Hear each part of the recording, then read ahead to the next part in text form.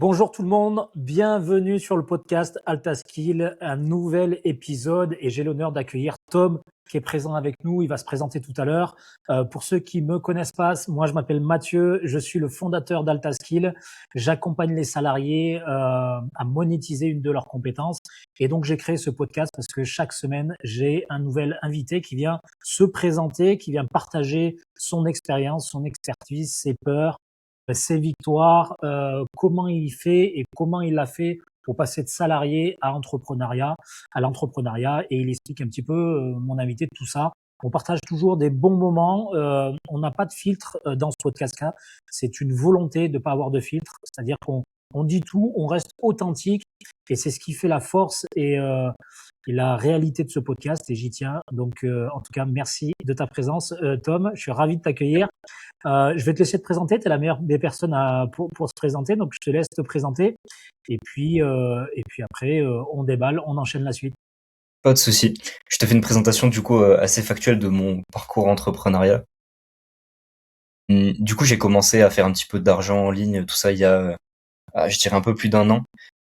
Donc j'ai créé ma première boîte, ma première micro, où je vendais des petits sites web pour des entreprises du bâtiment. Donc voilà, j'ai fait quelques milliers d'euros avec ça, tout en poursuivant mes études. Et au final, là en octobre 2025, j'ai arrêté mes études pour me consacrer à 100% à ça. Et du coup, à côté, je travaille un petit peu en intérim pour me faire un petit peu d'argent le temps que ça se lance, quoi.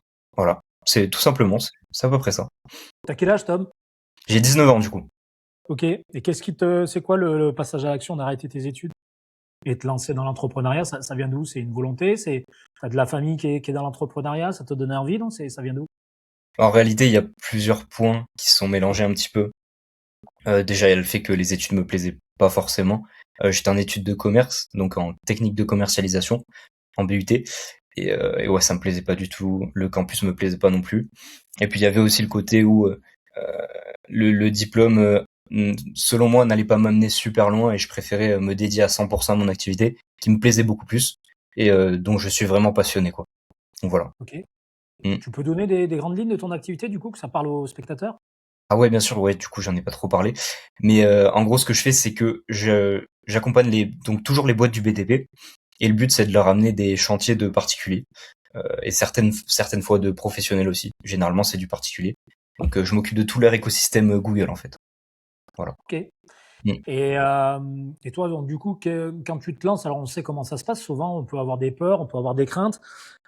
Souvent, quand on a décidé de faire ce choix-là, on en parle à notre entourage. Toi, ils ont réagi comment de ton entourage?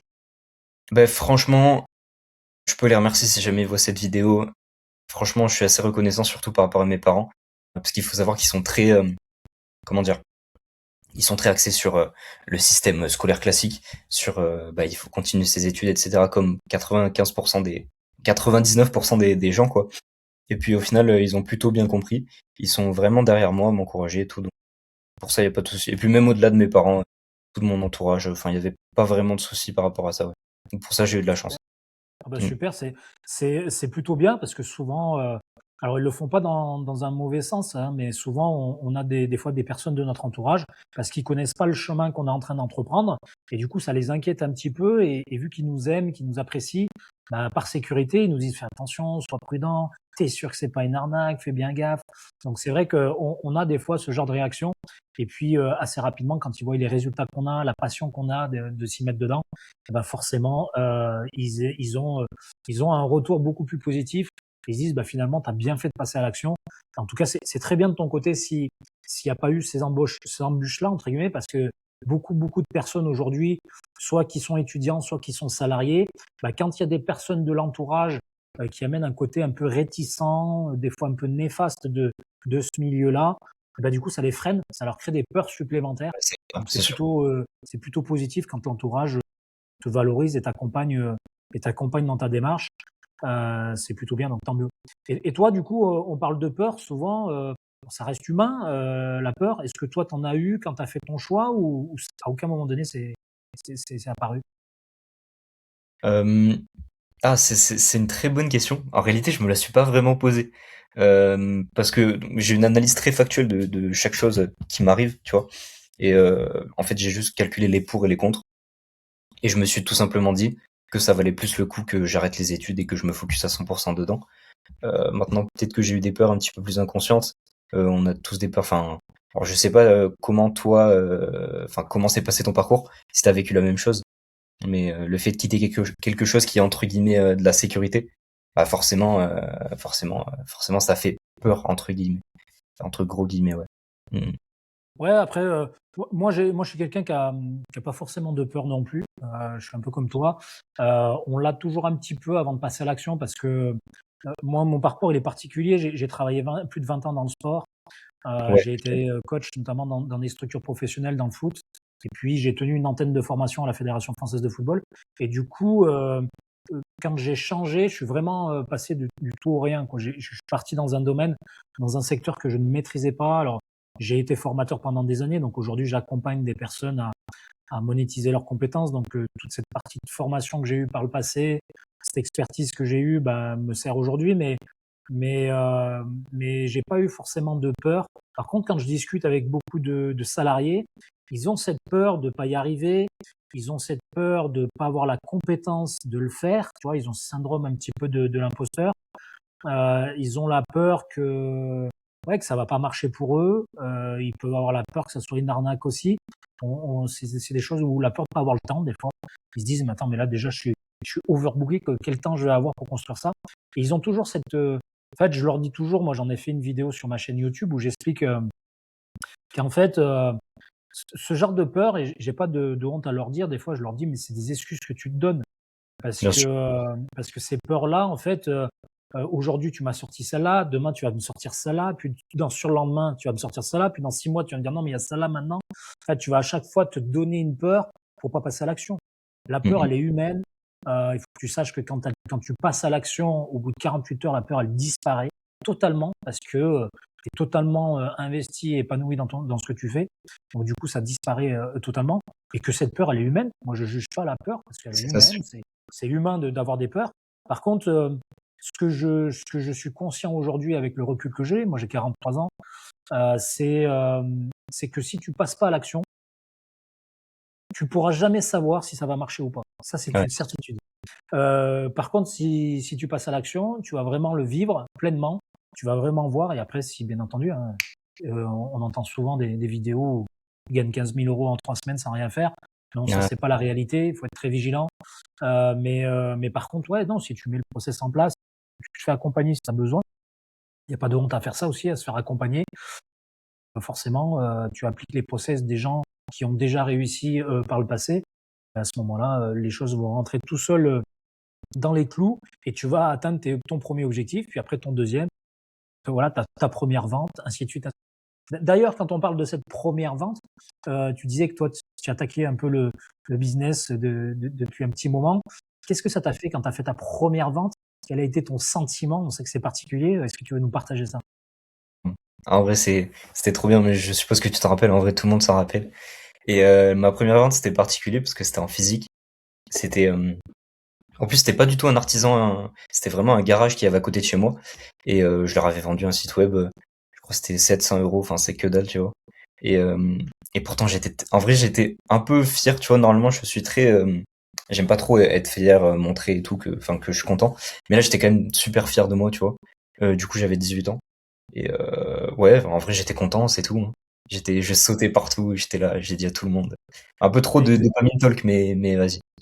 Non, mais c'est ça, c'est exactement ça. C'est-à-dire qu'on a vraiment, même moi, hein, des fois à 43 ans, alors j'accompagne des gens qui ont une cinquantaine d'années, qui diversifient un petit peu leurs compétences.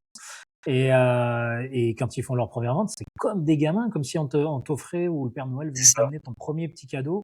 c'est Tu énorme. comme un dingue, c'est exactement celui que tu avais commandé, et hop, tu l'as, et Ça, tu comme un c'est fou. ça. Donc ça, c'est inexplicable, on le dit toujours, il faut le vivre pour le comprendre. Des fois, les gens nous disent: «Bah, arrêtez, c'est bon, ça va, vous avez fait une vente, arrêtez de vous prendre». Eh ben si, c'est pourquoi ça nous rend aussi, c'est à la fois de la fierté, c'est à la fois du travail. Donc du coup, il y a ce côté-là qui est impactant, et on se dit: «Bah, voilà, on a travaillé pour nous, on a travaillé, on a construit quelque chose», donc il y a une vraie fierté, il y a un aspect, en fait, il y a un curseur de confiance en soi qui explose vraiment parce que, parce que bah, tu as construit quelque chose de A à Z et ce que tu as construit t'a amené à avoir de l'argent, avoir des premières ventes et avoir une première entrée d'argent. Donc ça, c'est vraiment exponentiel le, le- on va dire ce que ça t'apporte à l'intérieur de toi. Et cette hormone-là de jouissance que tu peux avoir quand tu as ça, c'est vraiment impressionnant. Et après, bien entendu, ça se stagne, hein, parce que la deuxième vente, elle arrive, la troisième, ainsi de suite, elle s'enchaîne. C'est ça. Et tu as plus ce sentiment-là et tu l'as vraiment que sur la première, parce que tu as construit quelque chose, tu as pas, en fait, t'as pas fait des heures comme quand tu es salarié. Et voilà, on le dit, hein, le salarié, il va travailler, il a une mission, il est payé pour ça, mais il enrichit son patron. Eh Voilà, oui. là, vraiment, quand tu fais ta propre vente, c'est toi que tu enrichis. C'est pour toi, essentiellement pour toi, et tu prends 100% des profits. Tu prends pas juste les miettes comme un salarié qu'il a l'habitude de prendre. Mm, mm, mm. Et est-ce que du coup, tu peux, voilà, si demain, par exemple, j'ai besoin des services de Tom, qu'est-ce qu'il faut que je fasse? Comment ça marche? Exactement ce que tu proposes? Qu'est-ce que tu apportes aux clients? Parce que bon, là, tu m'as expliqué, moi, je vois totalement ce que tu fais, mais peut-être que nos spectateurs, ils comprennent pas ce que ça veut dire. Tu leur parles chinois, donc n'hésite pas à préciser de manière assez simple ce que tu proposes et qu'est-ce que tu apportes aux entreprises, BTP ou autres. Ok, ok, ok. Du coup, je t'explique rapidement. Bon, déjà, si jamais il faut me contacter, enfin, il y a le site internet déjà linkprime.fr, linkprime. Et donc dessus, enfin, on peut prendre rendez-vous, etc.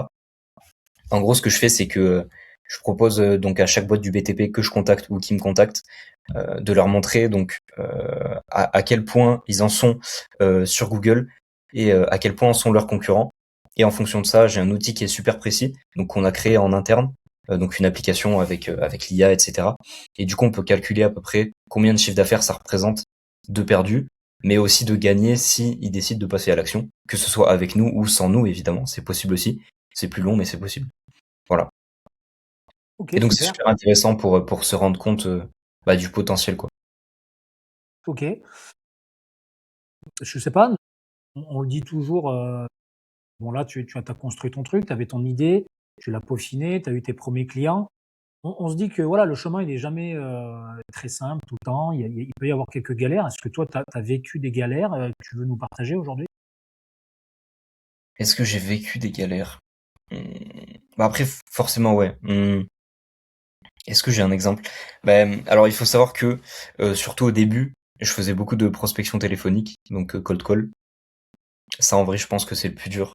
C'est le plus dur, pour acquérir des clients, mais c'est aussi le plus rapide. Parce que ouais, tu te prends des noms toute la journée, tu des gens, soit ils sont occupés, soit, bah, c'est non quoi, ils sont pas intéressés. Les insultes, ça arrive, c'est rare, si on s'y prend bien. Mais bon, ça arrive aussi quoi et puis, il me semble que c'était le plus dur, ouais. Mmh. Ouais, le fait de gérer l'école comme ça et de devoir appeler toute la journée, pas forcément des clients qualifiés, c'est ça qui t'a pesé, toi, dans l'entrepreneuriat? En fait, le truc, c'est que, tu vois? Et c'est vraiment dans l'entrepreneuriat en général, pas que dans le cold call, mais quand tu travailles, quand tu es salarié, tu as cette dopamine qui arrive tous les mois, tu as ton argent qui rentre. Quand tu es entrepreneur et quand tu fais du cold call encore plus, en fait, des fois, ça t'arrive de travailler et de pas avoir de résultats. Donc tu pas cette dopamine qui arrive et donc tu as cette boucle, tu sais, négative où en fait, si tu continues pas de travailler sans avoir de résultats, ben forcément, ça va pas marcher. Et tous les entrepreneurs qui ont réussi diront la même chose, c'est qu'il y a un moment où ils travaillaient, ils avaient pas de résultats, donc pas de dopamine, ils avaient envie de plus travailler, et pourtant ils ont continué jusqu'à avoir des résultats. Et c'est là que ça se débloque en fait. Et c'est pareil pour Ouais, le code.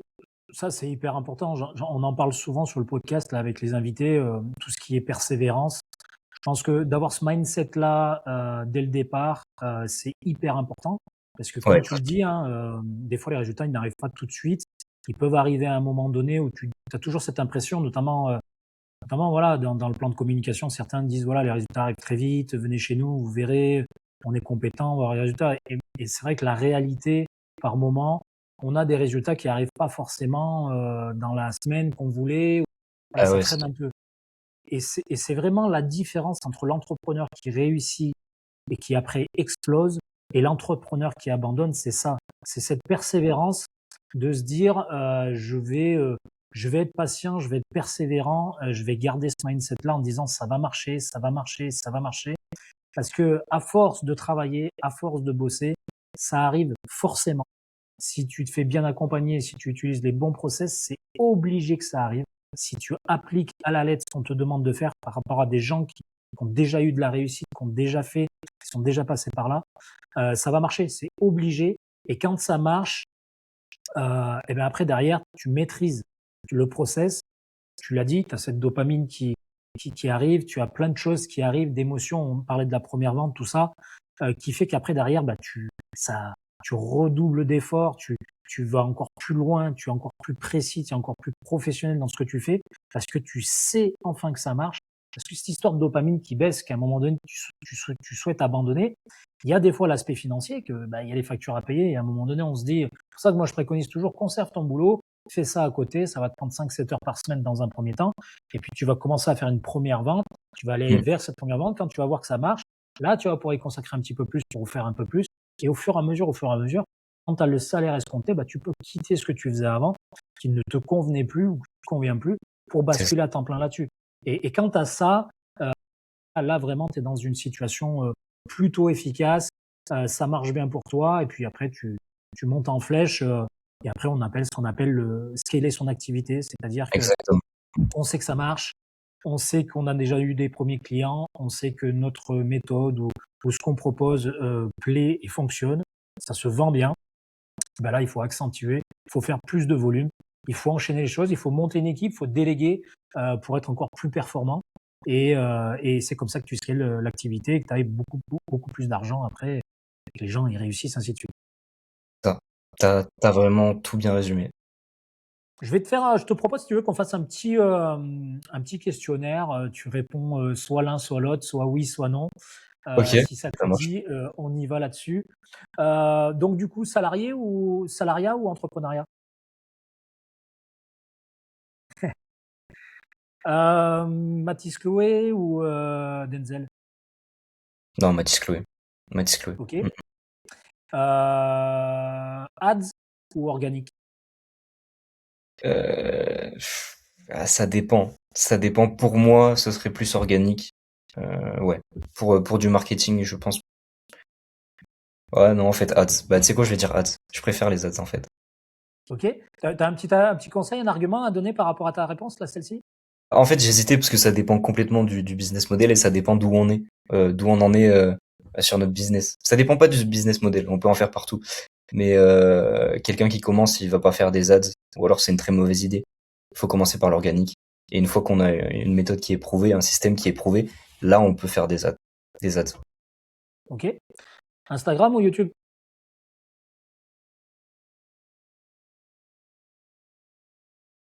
OK. Hem, Podcast ou valeur? Vidéo de valeur? Ah, en vrai, je préfère les vidéos de valeur. OK. Est-ce que, tu es plutôt, sport ou travail essentiellement? Hmm. Je pense que c'est important d'avoir les deux. On peut pas avoir l'un sans l'autre, pour moi. OK. Plutôt, entrepreneur, qui cherche la masse ou entrepreneur qui cherche, les résultats de ses clients? Non, résultat client, trop important. OK, merci pour ces petites réponses courtes mais efficaces. Avec plaisir. Hem, Est-ce que tu aurais un conseil à donner, à un salarié ou à un étudiant qui, se retrouve plus un peu dans le système où il est et il hésite à passer le cap, à passer à l'action et à se lancer dans un projet qu'il a dans sa tête depuis quelque temps déjà, mais il a des petites peurs, il a un petit truc. Est-ce que toi, tu aurais un conseil à lui donner, pour qu'il puisse, passer à l'action plus facilement?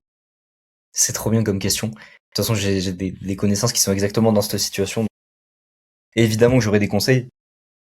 Le conseil, c'est de prendre un temps déjà pour réfléchir à ça, pour réfléchir à ce que vous voulez faire dans votre vie. Pas ce à quoi vous êtes enfin, ce à quoi vous êtes condamné entre guillemets, ce que vous voulez vraiment faire, parce que de toute façon, on va tous mourir. De toute façon, dans 100 ans, on est tous morts, personne ne saura qu'on a été là. Et juste faites ce qui vous plaît, c'est tout. Après, si quelqu'un préfère être salarié, évidemment, qui reste salarié, il y a pas de souci. Il faut de tout pour faire un monde, mais lancez votre projet au moins en parallèle, quoi. Et puis juste lâchez pas, continuez, continuez, continuez. Travaillez même si vous n'avez pas les résultats. Ayez un feedback, du feedback sur ce que vous faites. Une fois que vous avez du feedback, vous réitérez, vous changez quelque chose jusqu'à ce que ça fonctionne et puis voilà quoi. Je sais pas si j'ai été bien clair, mais Ouais, voilà. c'était plutôt clair. T'as raison. En plus, c'est 100% ça. Je pense qu'à un moment donné, le passage à l'action, de toute façon, il est inévitable dans plein de domaines, dans plein de moments de notre vie. On doit passer à l'action, faire des choix. Moi, je dis toujours que quand on fait un choix, il est important de ne pas y aller sur la pointe des pieds ou en reculant. Au contraire, il faut être ancré au sol. Il faut être, voilà, comme tu l'as dit, hein, toi, dans ton choix, tu as pesé le pour, tu as pesé le contre. Il y avait plus de pour que de contre, que de quitter l'école. Donc, du coup, tu as décidé de quitter l'école et de te lancer dans l'entrepreneuriat. Ben, c'est ça, c'est on a une réaction réfléchie, on n'y va pas la tête baissée non plus. Une fois qu'on a pesé le pour et le contre, peut-être qu'on en parle à un ou deux de notre entourage, mais la décision, elle vient de nous, au fond de nous. C'est Et ça. après, quand on a décidé d'y aller, si tu veux que ça marche, il faut y aller ancré au sol, sûr de toi, et foncer, bosser, tout mettre en œuvre pour que tu y arrives.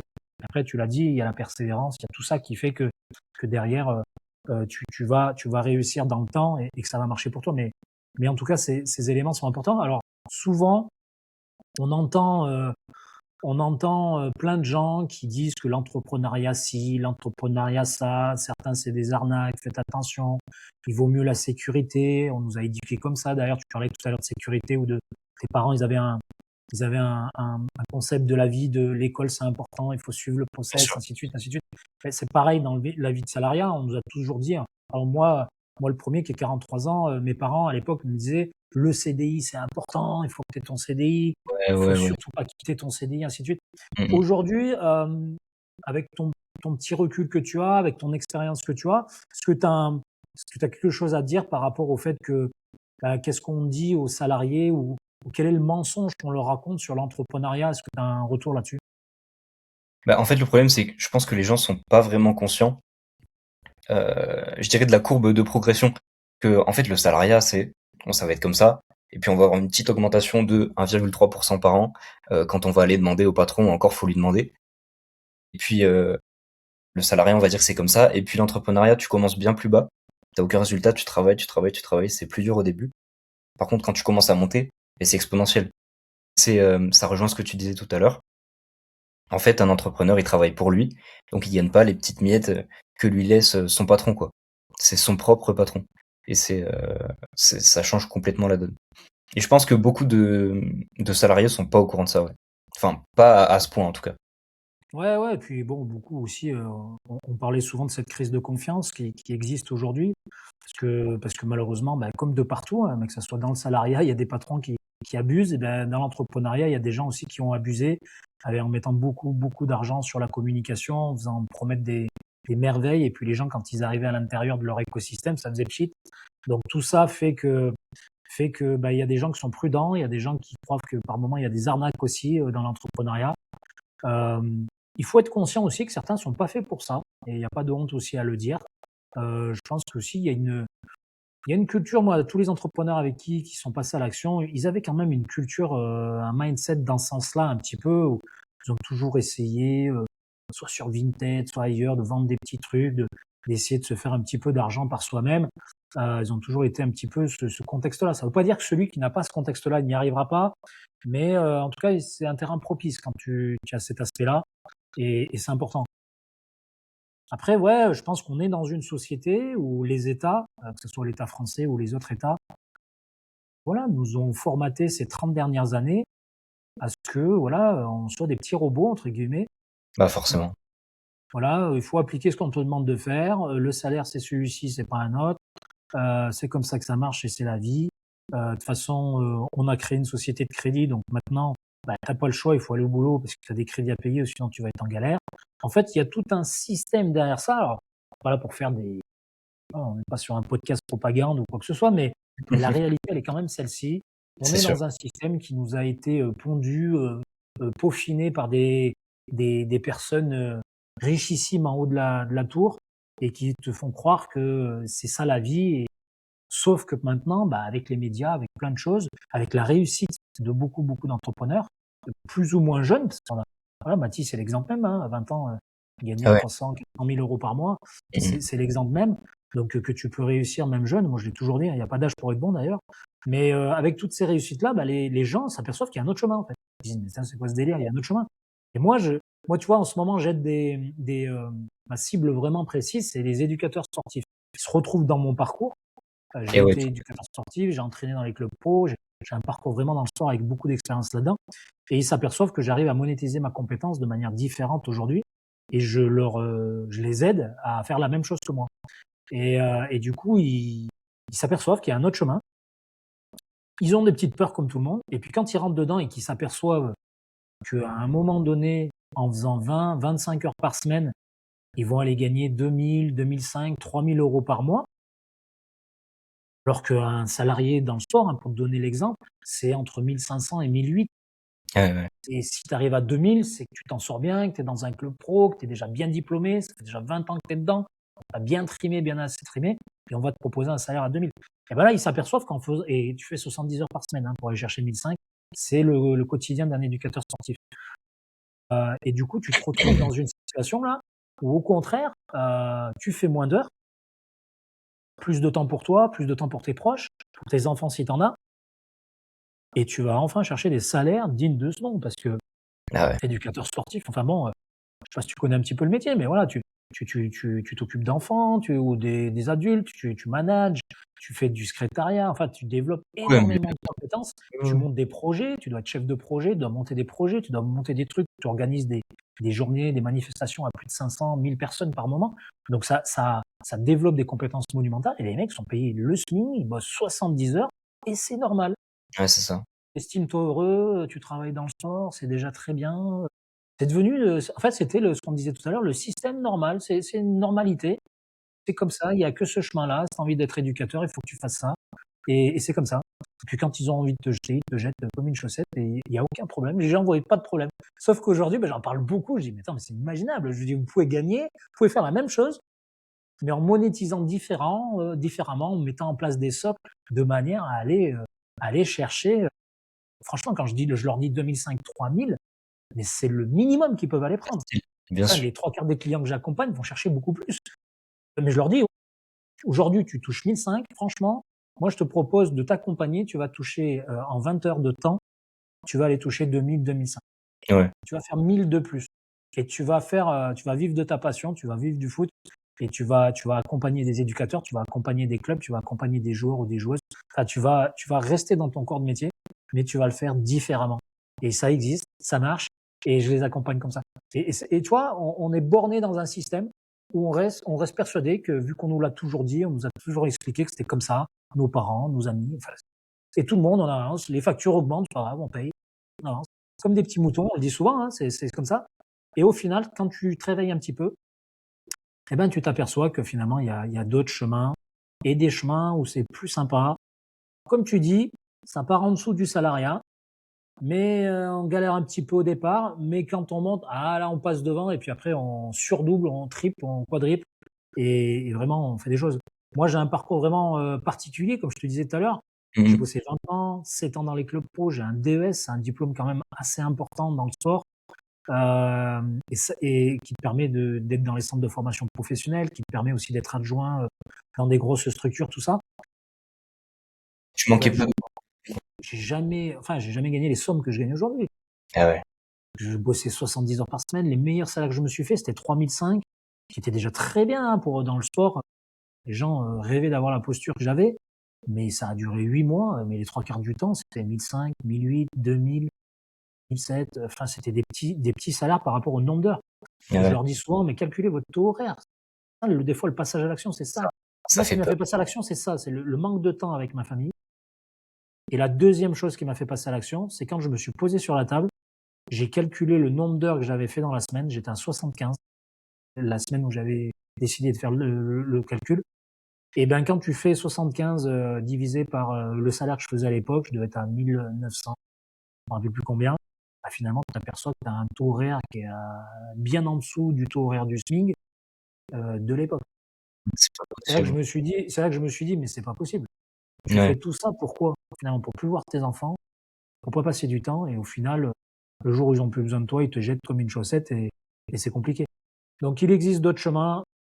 ne vous référez pas non plus tout le temps à ce que la société a bien voulu vous faire croire. Je le dis souvent sur ce podcast-là. À un moment donné, si vous avez une envie, si vous avez un projet, tu l'as dit très très bien tout à l'heure, on n'est que de passage. C'est ça. On va pas rester des siècles et des siècles sur la terre.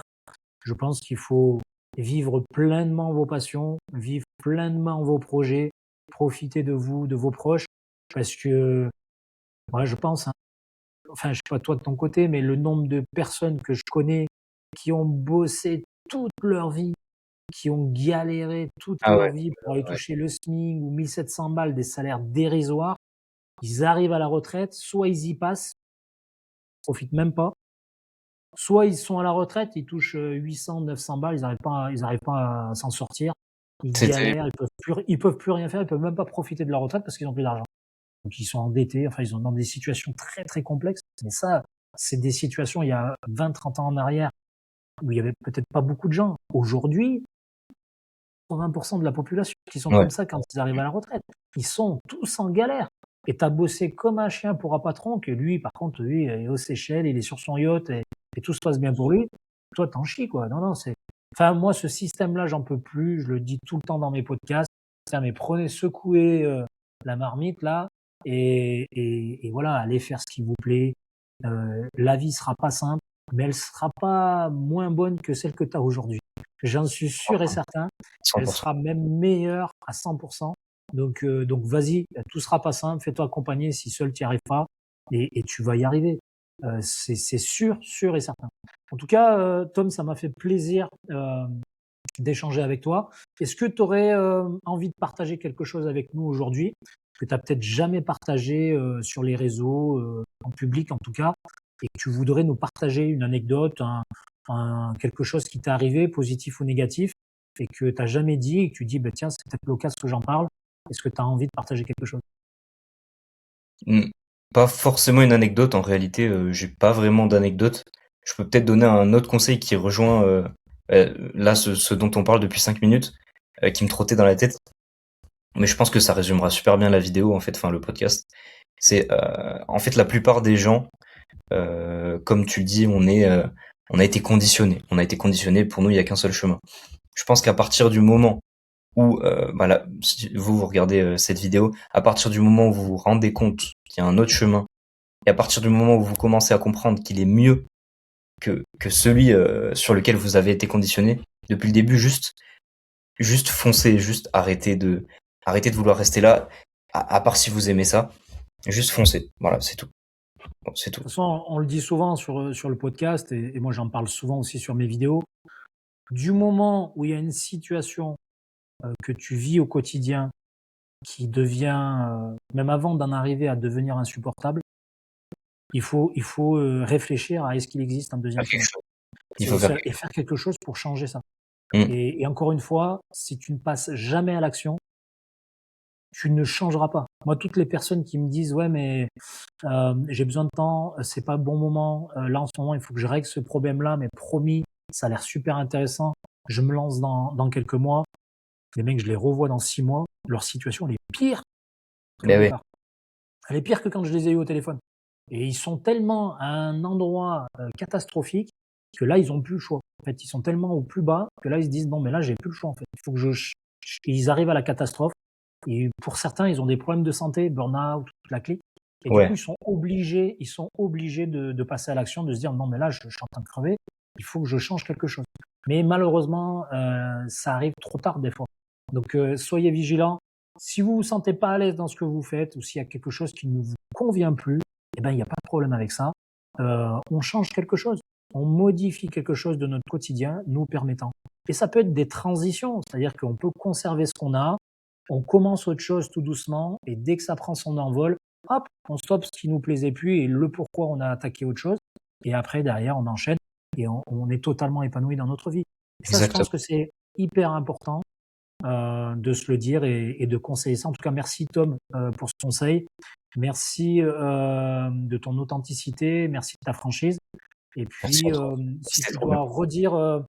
dois redire, voilà, quand on veut contacter Tom, on passe par où? Vas-y, c'est ton moment. Vas-y, n'hésite pas. Ouais, bien sûr, bah Redis-le. sur le site internet linkprime.fr, LINKPRIME. Si vous êtes une entreprise du BTP, vous voulez arrêter de dépendre du bouche à oreille, arrêter de dépendre tout le temps des professionnels, des archis, vous avez d'autres solutions et vous pouvez avoir un système qui tourne 100% pour vous. Qu'on s'en occupe ou que vous vous en occupiez, ça y a aucun souci. Voilà, si vous voulez plus de chantier, n'hésitez pas à nous contacter. Super, merci à toi, Tom, en tout cas, bravo pour ta maturité, bravo pour ton parcours, bravo pour ton passage à l'action, parce que c'est des choses, on le sait, qui sont pas tout le temps évidents et qui peuvent être jugés. En tout cas, bravo, bravo pour tout ça, merci de ta présence et je te souhaite plein de bonnes choses. J'ai aucun doute que ça marche, vu tes qualités, vu tes compétences et surtout vu ton mindset, cette envie de réussir, ça va que être exponentiel, tu l'as dit tout à l'heure, et ça va marcher pour toi en 2026 et c'est ton année. Donc profite de tout ça et fais exploser tous les compteurs et tous ceux qui ont pu te juger par le passé dans ton choix. Je te Trop dis à bien. très vite, Tom. Merci Ouais. à tout le monde. Merci encore une fois de suivre ce podcast. Et je vous dis à très bientôt pour un prochain épisode. Ciao, ciao les amis.